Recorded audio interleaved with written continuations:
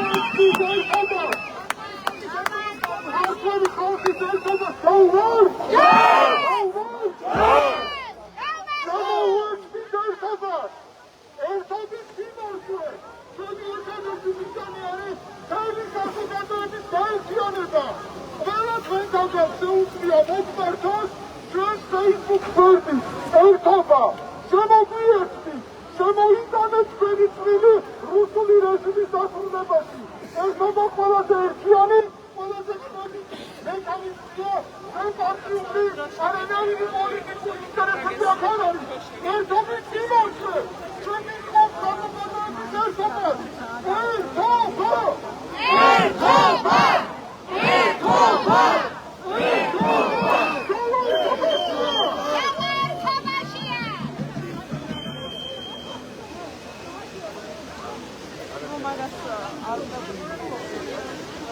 მეგობრებო, მე მინდა საბიდოს მადლობა გადაგიხადოთ.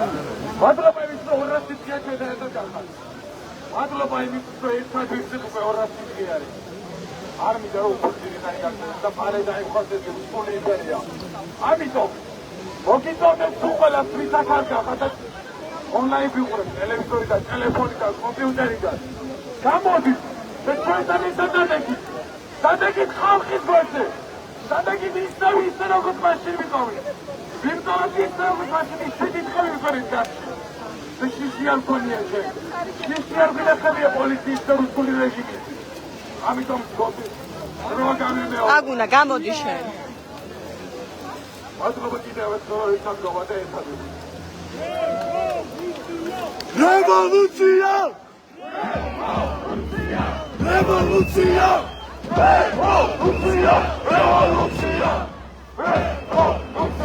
რევოლუცია! რევოლუცია! გამარჯობა პარლამენტის წინმდებარე საფუძველი პროტესტის მეორე დღე. მოქალაქეები თავდაპირველად 6 საათზე შეიკრიბნენ კანცელარიის შენობასთან.